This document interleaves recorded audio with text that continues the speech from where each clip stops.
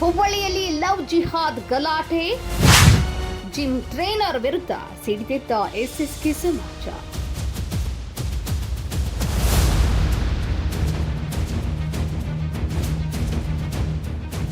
ಹುಬ್ಬಳ್ಳಿಯಲ್ಲಿ ಜಿಮ್ ಸೆಂಟರ್ಗಳು ಈಗ ಲವ್ ಜಿಹಾದ್ ಕೇಂದ್ರಗಳಾಗುತ್ತಿದೆ ಎಂದು ಆರೋಪಿಸಿ ಹಿಂದೂ ಸಂಘಟನೆಗಳು ಹಾಗೂ ಎಸ್ಎಸ್ಕೆ ಸಮಾಜದ ಜನರು ಪೊಲೀಸ್ ಠಾಣೆಯ ಮುಂದೆ ಪ್ರತಿಭಟನೆ ನಡೆಸಿದ್ದಾರೆ.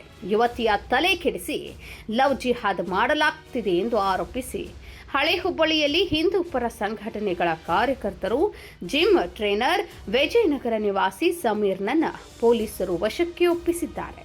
ಯುವಕನನ್ನ ಪೊಲೀಸರಿಗೆ ಒಪ್ಪಿಸಿದ್ದಕ್ಕೆ ಯುವಕನ ಕುಟುಂಬ ಯುವತಿಯ ಮನೆಗೆ ನುಗ್ಗಿ ಗಲಾಟೆ ಮಾಡಿದೆ.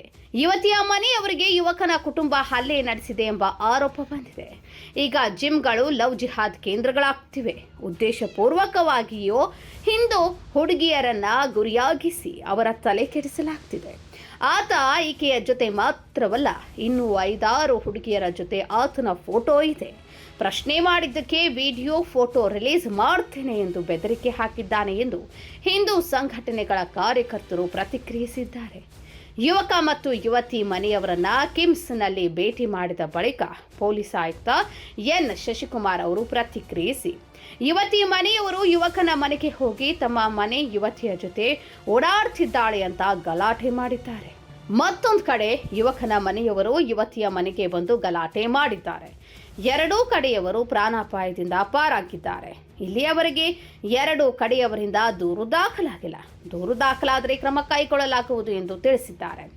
ಈ ದಿನ ಬೆಳಗ್ಗೆ ಸುಮಾರು 8ರಿಂದ 9 ಗಂಟೆ ನಡುವೆ ಸುಮಾರು ಜನ ಒಂದು ಮನೆ ಹತ್ರ ಹೋಗ್ಬಿಟ್ಟು ಒಬ್ಬ ಹುಡುಗನಿಗೆ ನಮ್ಮ ಹುಡುಗಿ ಜೊತೆ ಯಾಕೆ ನೀನು ಹೆಚ್ಚು ವಿಶ್ವಾಸದಿಂದ ಇದೆಯಾ ಅಂತಂದು ಪ್ರಶ್ನೆ ಮಾಡಿ ಆ ಸಂದರ್ಭದಲ್ಲಿ ಅಲ್ಲಿ ಸಂಘರ್ಷ ಆಗಿದೆ ಮತ್ತು ಅವನ್ನ ನಂತರದಲ್ಲಿ ಎಳ್ಕೊಂಡು ಹೋಗಿದ್ದಾರೆ. ಆ ನಂತರದಲ್ಲಿ ಅವನ್ನ ಸ್ವಲ್ಪ ದೂರದಲ್ಲಿ ತೊಗೊಂಡೋಗಿ ಬಿಟ್ಟಿರುವಂಥದ್ದು. ಅವನಿಗೆ ಸಣ್ಣ ಪುಟ್ಟ ಗಾಯಗಳಾಗಿರೋದ್ರಿಂದ ಪೆಟ್ಟು ಗಾಯಗಳಾಗಿರೋದ್ರಿಂದ ಅವನಿಗೆ ಕಿಮ್ಸಲ್ಲಿ ಅಡ್ಮಿಟ್ ಮಾಡಿದ್ದೀವಿ. Is completely out of danger ಮಾತಾಡ್ತಾನೆ.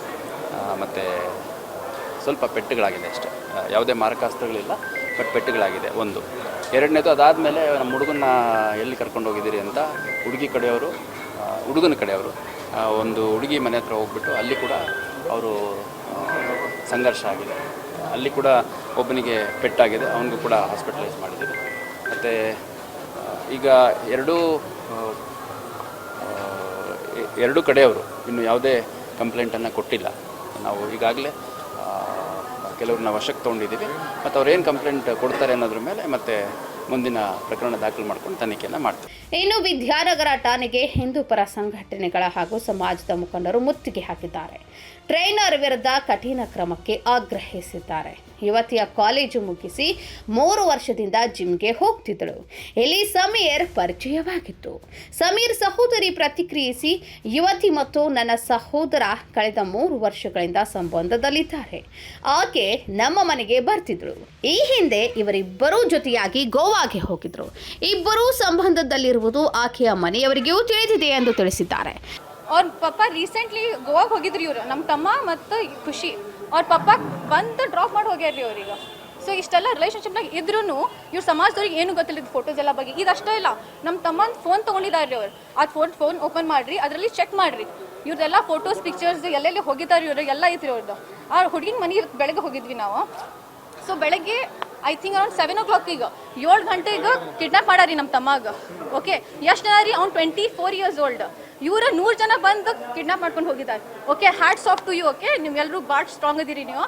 ಓಕೆ, ಒಂದು 23 ಹುಡುಗನಿಗೆ 100 ಜನ ಬಂದು ಕಿಡ್ನಾಪ್ ಮಾಡ್ಕೊಂಡು ಹೋಗಿದ್ದಾರೆ.